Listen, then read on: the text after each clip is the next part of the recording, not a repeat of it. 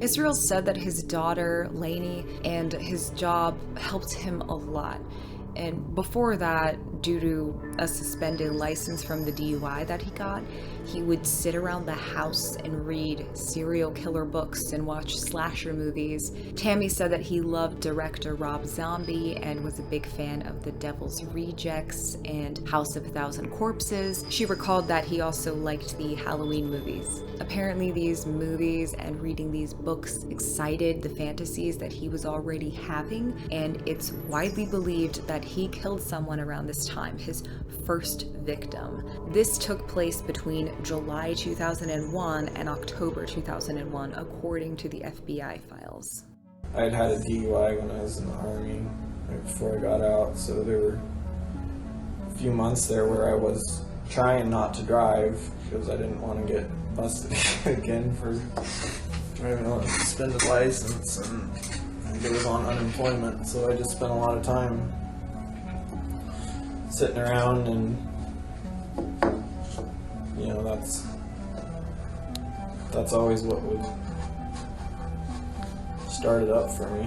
What, just sitting around? Just sitting around and reading stuff. Or what kind of stuff were you reading? Just that kind of thing, like serial killer stuff, and slasher movies and all that stuff that I'd always been into, but when I sit around and do it,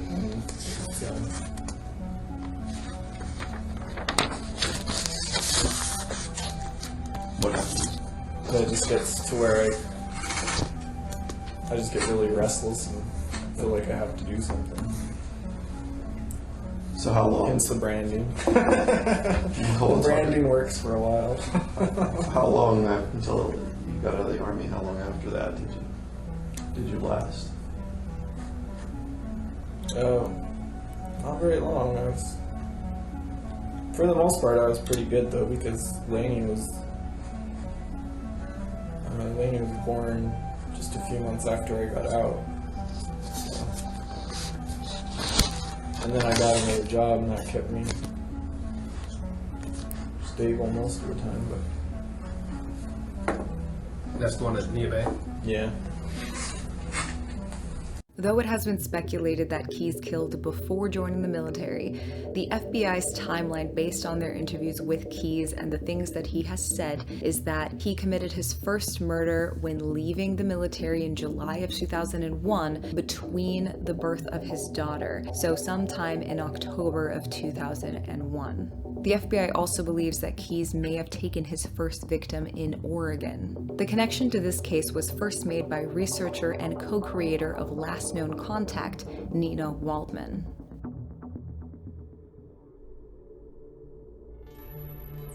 Nicole Engel spoke to her mother for the last time on October 2nd, 2001. She was living in Vancouver, Washington at the time, going to school and working as a dancer at a club in Northwest Portland, Oregon. According to a childhood friend, she was last seen outside the parking lot of the club in Oregon, though another eyewitness believes they saw her at a McDonald's after October 2001. After not hearing from her daughter for nearly 3 months, her mother reported her missing on December 25th, Christmas Day. It's scary how quickly it can happen to someone and how fast people turn their backs on you when they feel like you're living a life that they don't want to associate with. And I feel like a lot of people did that to her. Because of the dancing? I think the dancing was a big part of it. A lot of people look down on her. People have been so incredibly rude about it. It's like, why do you care? She was a dancer. And it doesn't matter what profession you do, there's always going to be a negative side and a positive side. It's just a difference of opinion, and you can't tell people that. And I'm like, well, it's not your right to judge. And whatever happened to her, she didn't deserve it. And she wouldn't have gone willingly. There's no way in hell she ever would have left her son. So did she go missing with the car? Like, was the car ever found anywhere? Not to my knowledge, but that's not something that was ever divulged. The FBI agent, I mean, You can call the number on the VICAT poster, and he'll answer some questions, but anything that hasn't been released, he will not give to you. The FBI states that one of Keyes' victims was a pale female with an old car and a wealthy grandmother. Nicole had fair skin and drove an old car. Could this be a reference to Nicole? Would you describe Nicole as being pale? I think she was more pale. She really could tan though. God, she could tan so well, and I think it was the native blood that she had in her. Because when she tanned, she was, I don't know, she had like the perfect complexion.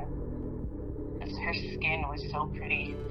But towards the end, I think she was more pale. I think maybe because she spent a lot of time working nights and sleeping days type thing. I think that was a lot of it. So she wasn't as tan as she was when we were kids.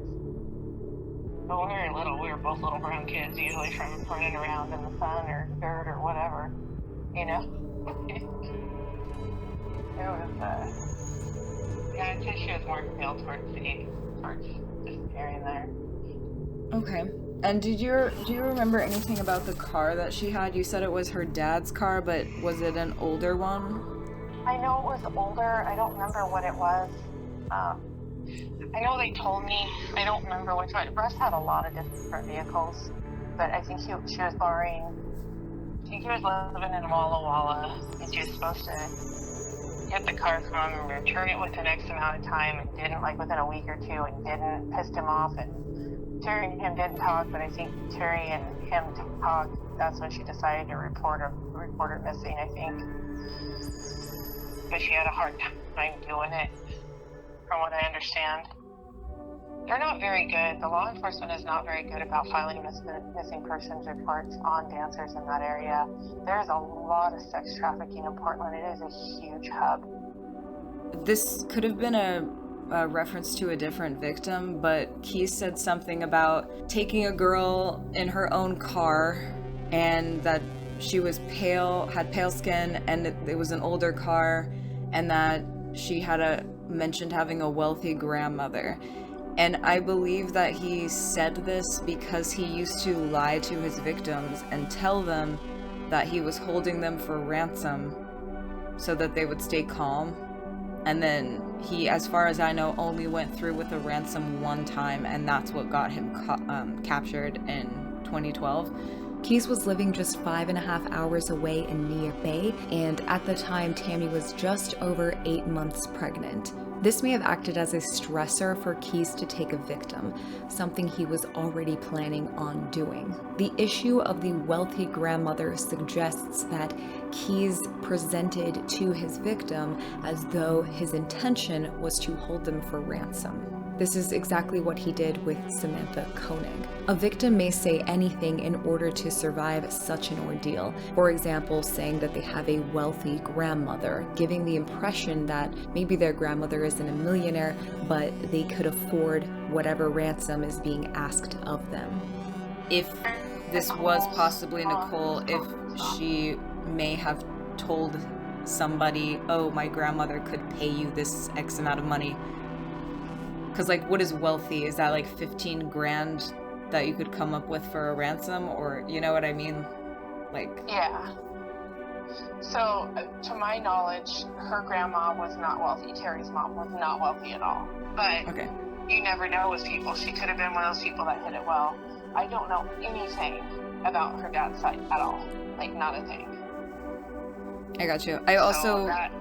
Or, you know, a victim could have just told him that and he believed it, but it wasn't true. Like, it's such a random statement to make, but I wanted to... It could have been. She's a smart enough person that if she thought she was in danger, she could have said something like that, too.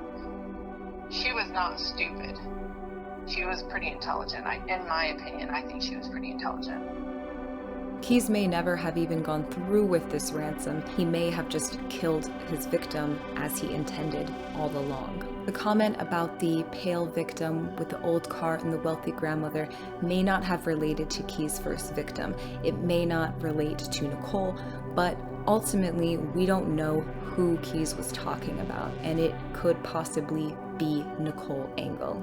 In an interview on October 30th, 2012, Israel Keys was asked about the circumstances surrounding his first victim.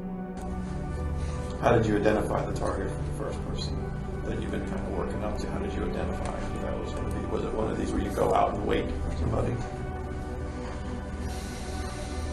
Yeah, well, yeah. Not really wait, but, you know. If you know an area, you can pretty much plan on who you're going to run into, what type of people and stuff. That you're not going to have to wait too long for. Right. Keys confirmed that for his first victim, he wouldn't have had to wait too long for them to come across his radar. Keys was known to visit strip clubs. Could he have been referring to a strip club in Portland, Oregon, knowing when dancers would leave the club and be in the parking lot, knowing the type of people, as he mentioned?